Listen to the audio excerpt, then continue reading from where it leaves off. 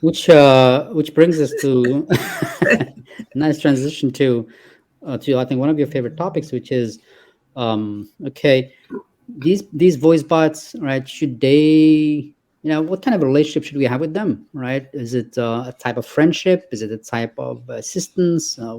And I'm still thinking about it. I don't know what the nature of it is. In my opinion, it's something completely different than anything else. But what do you think? Well, I think it's a mistake to think that we should have one kind of relationship with these things. Yeah. And because we don't have one kind of relationship with people. Mm-hmm. And if you think about, let's say, two common human relationships, one is friendship and one is being helped by someone, like in a store. Mm-hmm. If the store clerk is your friend, it's kind of awkward. It is, because right? You're asking them to do something for you, but they're your friend, and you don't just ask friends to help you find a book. So I think we should really try to make them adopt a relationship that's a useful relationship. That's not, you don't need to make them be in everything. Yeah. So I'm thinking that there's maybe three kinds of relationships we have with bots. One is where the bot knows something and you're asking it a question. So that parallel to a human relationship would even be like someone in a store. You ask them questions and they tell you things. Or with a very high status relationship, like a doctor, they know a lot and you ask them things and they explain it to you. And you have a certain kind of relationship with an expert and a user or a customer service person on the phone. They know something and you don't. But there's certain behaviors that are typical in that kind of relationship. But then there's another relationship, which is something like boss employee or even operator machine, where you don't, like for home control or something like that. You don't want a lot of chit chat. Maybe you want your doctor to explain things, but you don't want your smart speaker to talk about maybe you shouldn't be using incandescent lighting anymore, or, you just want it to turn on the light. Yes. And so I think it's kind of awkward to have that agent also be the expert and shift back and forth, because I think it's a little bit not confusing for people, but people don't quite know what they're talking to. And then there's friendship. Mm-hmm. Friendship is, if you think about the complexity of humans' friendships, you're constantly worrying if you're going to offend them or they're going to offend you, or, is it okay to, you think, is this a good enough friend that I can just pick up the phone and start talking to them? Yeah. They can't be your friends. They can't be true friends. They can be friendly, as in not hostile, but you can't, for example, a real friend, you have a reciprocal relationship with them. Mm-hmm. They can ask you to do things. You can ask them to do things. You can, like, if you asked your smart speaker, what's the temperature, and they said, sorry, I'm busy right now, I can't tell you that, which is something like a friend could do. Yes. But don't think that they're your friend. Yeah. But how about companionship, right?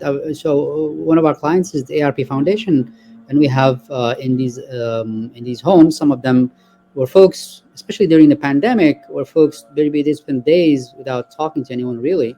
Yeah. Other than pick up the phone, maybe if they have family, they can talk to them, but they can go on for hours and hours. And for many of them, they found the ability to just, ask their assistant, their Alexa and all questions, and have it just converse with them, so to speak, converse in a very superficial way.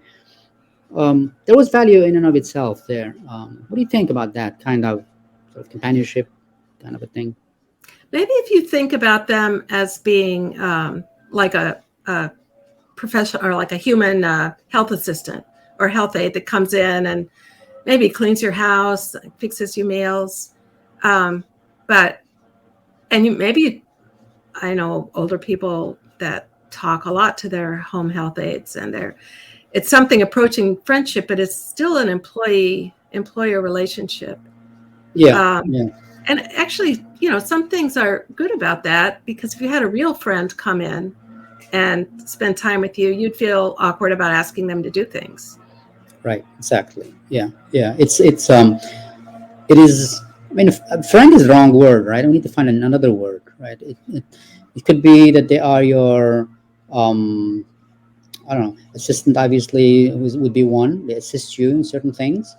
But how would you? Because what I saw is they like, for example, when they say thank you and says you're welcome, they like that, right? They like Yeah, the good morning. They like the good morning, right? Which I don't like. I hate, right? They like to yeah, hear their name. Say today the weather is so and so. Have a great day, Ahmed. Oh, why? Don't tell me that, right? But they like it, right? No, they seriously like it. They like the fact yeah. that it's and it's like they're, I don't know. Maybe is it more like a role playing? I mean, we like to role play, and it's fun to role play, perhaps. And there's this machine that's it's cute. It does these things. Yeah, I don't know. Maybe it's just because they're not used to people being, that their model for interacting with these things is interactions with people. And if you don't say thank you or you're welcome, then that seems kind of impolite. But how about this? What if you were one of these people with a personal companion, and you talked about your medical problems?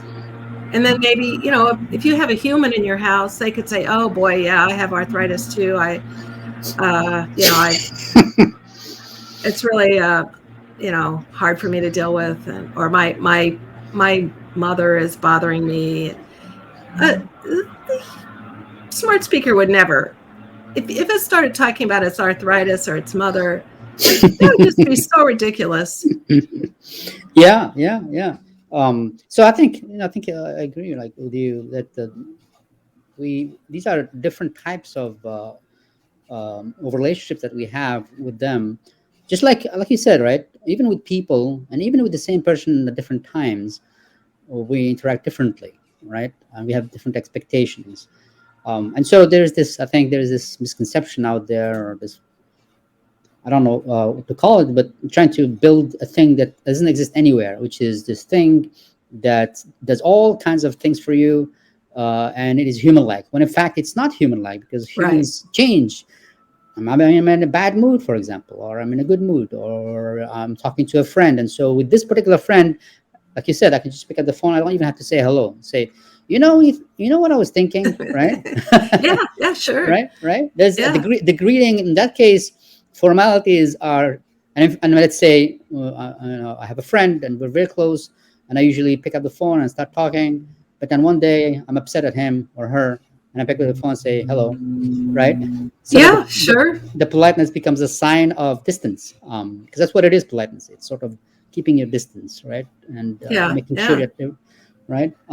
So yeah. how would these people? And I say this not because we are.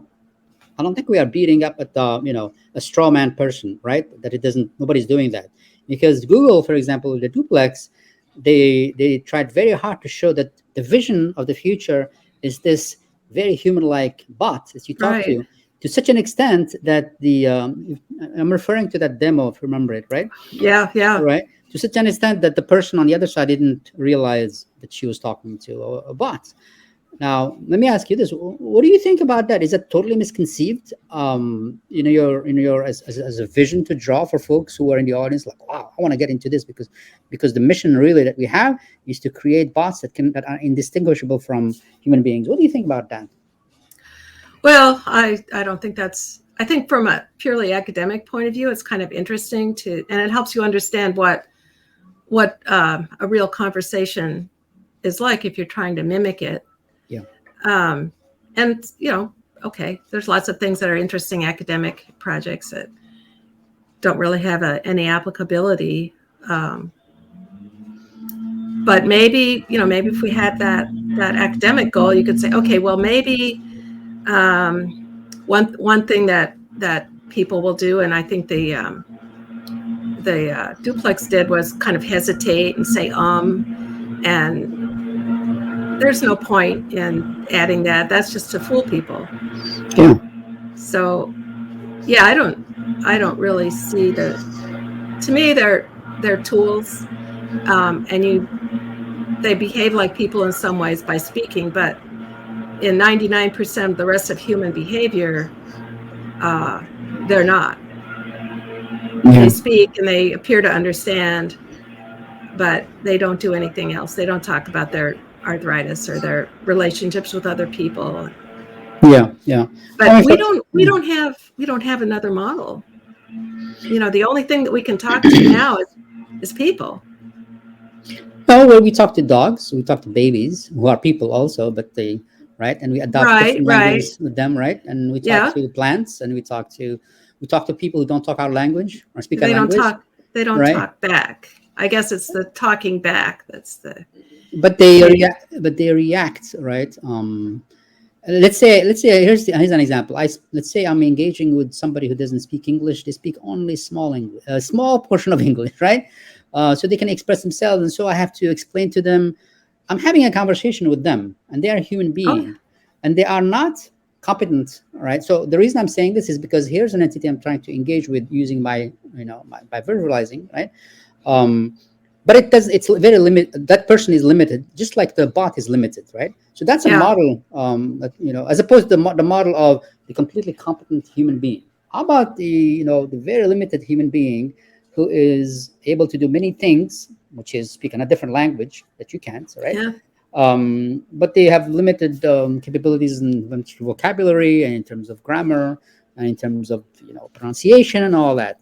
So for me, that's sort of a model, perhaps, because it captures limitations. That's kind of an interesting model, because I was thinking, okay, you're talking to a 1-year-old baby, or you're talking to your dog. You might be pretty motivated to talk with them and not have very high expectations. Yeah. But let's say you're in a foreign country and you're trying to get directions. Mm-hmm. Yes. You don't have a long-term relationship with this person, and you don't feel bad about pointing or showing them your map and looking puzzled. Or repeating yourself. It's a lot of work to communicate over some kind of a noisy channel like that. So yes, it is. I think you still want your bots to understand as well as they can. I mean, as well as the developers can make them understand. Yeah. Well, here's my thing about trying to get as close as possible to a human being, to the point where that person didn't know it was a human being, which is in and of itself is very interesting, and I think it has academic. I don't think those academic interests are pointless, because they may discover things about language and how we engage in language that could solve completely different problems, right? It could be therapy and whatever it may be, right? Or or mental health, whatever it may be. In any case, but for me, the thing is the following: that if we make the bot be as close as possible to a human behavior, my behavior towards it is going to be affected. Here's what I mean: with a bot, I can ask it to repeat itself, until I'm satisfied, right? Or I can just stop, okay, quit, right? I break a lot of rules that I would not break if I was talking to a human being. And so please be as smart as possible, but don't start to enforce upon me rules that I follow for other reasons. For example, the reason of human beings are never a means. You should not, even if they are a means, you should not treat them as a means. They're not tools, they're human beings. So there's a level. I can't just say repeat that, right? Because sometimes I'm in a bad mood and I want to talk like that to a bot, right? I don't want to have that freedom to do it, right? So anyway, for me, this thing about there's a negative effect that I see, in that it's not always, at some point there's diminishing returns, beyond wasting time. Like, what's the purpose of the it's superfluous. For me, there is also the aspect of it being detrimental. It limits me. creates situations that are natural. Yeah, I think that's a really good point, because the closer this thing gets to acting like a human, it's going to draw in more of your Yeah. skills that you've learned over a lifetime of dealing with humans. You're going to feel more compelled to be polite, not hurt their feelings, don't let them down, Yeah. and they don't have feelings. They Right. act like it, but they don't.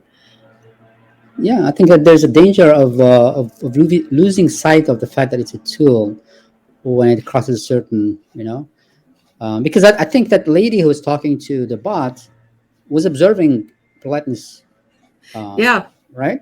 yeah, And because once you I think once you engage the thing that sounds like human being, it's very hard for you to start saying, well, in this case, I can repeat myself, I can raise my voice. It just becomes like it's ingrained in you to talk like that. And so that worries me to a certain extent, because I think the bots are there for us to use, and I think any signal that one can give in the bot that, hey, remember, I'm a bot, right? Maybe the voice itself sounds robotic, or even though it might be very, you can still understand every word, but it keeps you within the mode of I'm talking to a bot, right? yeah, yeah. Um, and so that's not being surfaced enough, I think, in the books and in the articles I'm reading about how we need to navigate this to ensure that the person is aware of that, of the tool aspect of it. Yeah, I think with chatbots, like non speech chatbots that you get on a website, sometimes you don't know Yeah, if it's a person or not, and I find that kind of disorienting. yeah, But it's unnerving, right? I mean, because yeah, then, like what am I talking to? and the thing is, they also have rules. Say, are you human? And then the answer, Oh. you can't tell. Right? You say, yes, I am a human. And then a couple of times, actually, I did, because I did that this couple times for real, right? So are you human? Say yes. So what happened yesterday with Joe Biden? Right? That's really good. Yeah. Or something that's in the news that's topical. That there's no way that it could have molded, right? Well, Like sometimes always, they'll tell yeah, you they're a bot. I don't know if yeah, they're really a bot or not, but you have uh-huh. much lower expectations of bot That's behavior, bot that's knowledge. that's interesting. Like, let's say you you're not a human being. Say I'm a bot. Yeah. If Well, I don't say something, it's because I'm a bot. It's funny. Wonderful. So, Debbie, uh, tell me, like, what's the most exciting project that you're working on, or looking forward to work on, or have been or worked on recently, that you can share with the audience? oh gosh, there are a lot of things that I've been working on. I guess one thing that I've worked on lately that's pretty interesting is applications for language learning. Hmm. And there's an unbelievable amount of potential there that I don't see it's been exploited. You have things like Rosetta Stone, that they try to analyze your accent or point out grammatical errors, but I think you could really, if with some sophisticated conversational interaction, you could really um, really make some good inroads into language learning. Because a lot of language learning is, when you're just getting started, it's pretty embarrassing, and you're afraid of making mistakes. And most likely, the person that you're talking to speaks English better than you speak their language, so you kind of gradually drift into English, which isn't what you want to do. Hmm. So I've had a couple of clients who are noticing that people go to school for 12 years and study a language, and then they go to that country and it doesn't work. So why? What is going on? So there's some startups that I've been working with that are trying to feel their way toward a really sophisticated language learning capabilities. Yeah. And so when you say language learning is somebody who wants to learn a language and they are using a voice bite at the high level to practice, perhaps. Yeah, Yeah. mostly practice. So you can really be talking about anything you want. You don't have to have a certain topic. You could be the kind of things that you talk casually about when you're waiting in line Hmm. or trying to make a new friend. Um, and there's really no, I think there's a huge scope for every aspect of natural language understanding, from the speech all the way through to dialogues. You Yeah. could have, and I'm thinking some of the approaches to dialogues are, I've seen people being forced to memorize a dialogue, and then the bot will say that your part of the script was, you know, accent wasn't great, but you did speak. Um, so I think there's a lot of potential there, and a lot of the solutions that I've seen are kind of really simplistic. Yeah. Yeah. Absolutely. I think that there's so much potential for voice and dialogue, and this is an excellent use case. Um, where it seems to be a lot of energy right now out there. A lot of money actually is being spent on trying to replicate a voice version of something. Okay, so a voice version of ordering movie tickets, or a voice Hmm. version of booking something. It's just sort of okay. We have people are using the mobile app. We want to have a version of it that's voice, which I think is completely misguided. Um, what I think what it's misguided, and what happens is what you end up with is a poor man version of. So it's much better to do it through the mobile app. And so why would Yeah. somebody, right? And then so well, so that we have a voice version. I think the opportunity is exactly in stuff like what you're working on, where you're leveraging the exact things that people call challenges, right? In voice, right? So for example, Mhm. in voice UX design, when you're designing, an interaction, time is important, obviously, right? Timing. So you have to Right. respond within a certain amount of time, and that's viewed as a challenge, as as a bad thing, as a minus in when you're trying to when you're trying to replicate a mobile app. Okay, so we have to make sure that we formulate in such a way that it doesn't time out, so the timeout becomes a bad thing, when in fact it could be a good thing when you're forcing someone to recall and respond quickly to something, right? If that's your goal. For example, I always Oh, get right. this, right? For example, I'm trying to memorize facts, right? And so I'm talking to the bot, and the bot says, "Okay, when was World War? When did it happen? Start World War II?" And you're like, 1922.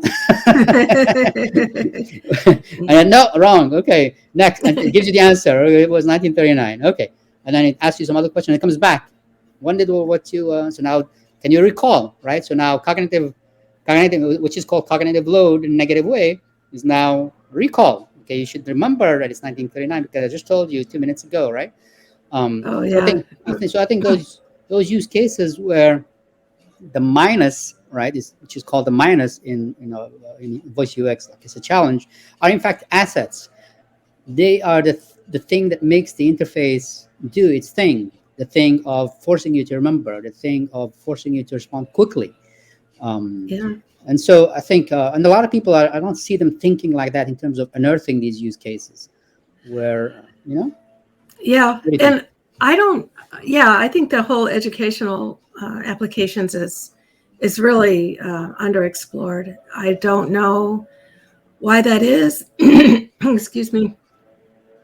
But maybe people are just not seeing that there's a lot of business opportunities in education. Educational software is a huge field. I don't know. Yeah, Maybe just people aren't. That's another one of my pet peeves is people aren't seeing perfectly good opportunities because they're focusing on call centers or chatbots. yeah, yeah.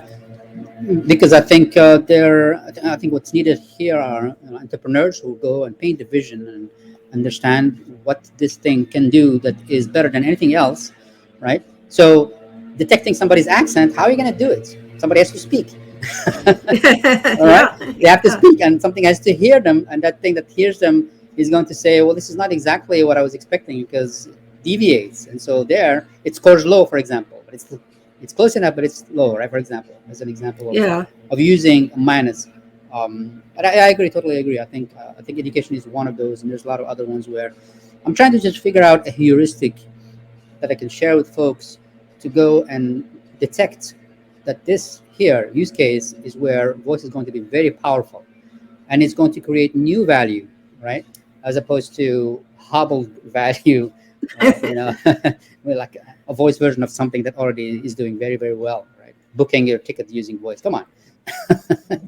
uh, yeah. That's a really good question. How do you recognize opportunities um, that for doing things that no one's ever done before, yeah, and they're out and they there. have to be kind of uh, slotted into where the technology is. So it can't be too ambitious, but Yeah. yeah, that's a really interesting thought. Yeah, I think focus on the what are called flaws in the interface and think of places where there are assets and pluses. And I think education is exactly one of those because it leverages all that good stuff. Excellent. So, where can people find out more about you, Debbie? I have my website, conversationaltechnologies.com, and you can has my email. You can drop me an email and ask your questions. I love dealing with things that no one's ever tried to do before, um, and just doing the kinds of things that we were talking about, um, and yeah, getting some really creative ideas. There's some really creative people out there. They sometimes overestimate what the technology can do, and sometimes they underestimate it. So I like to try to align their creativity with the technology and see what we can do. Yeah, and do you find most folks who approach you are underestimating or overestimating what this technology can do? They're overestimating. Overestimating, right? A lot of Yeah, hype out there. yeah, yeah, Mm, yeah. I did a lot of work with NASA on trying to understand air traffic control instructions, mhm. and the language was not difficult, but the speech it just sounded like pure noise. So it was Yeah. just really it was a staticky radio transmission. It was just too hard. And they thought, hey, let's put some speech recognition on it, right? Yeah, Right, right. yeah. Wonderful. Well, I'll tell you what, the hour has gone past very fast. So I thank you very much for being part of this. Guys, you're watching. There'll be links to Debbie's website and Twitter and all that. So make sure you make good use of them. And so again, thank you very much, Debbie. Yeah. Thank you for asking me. This has really been fun, really interesting. Likewise, thank you so much. Bye bye. Thanks. Bye bye.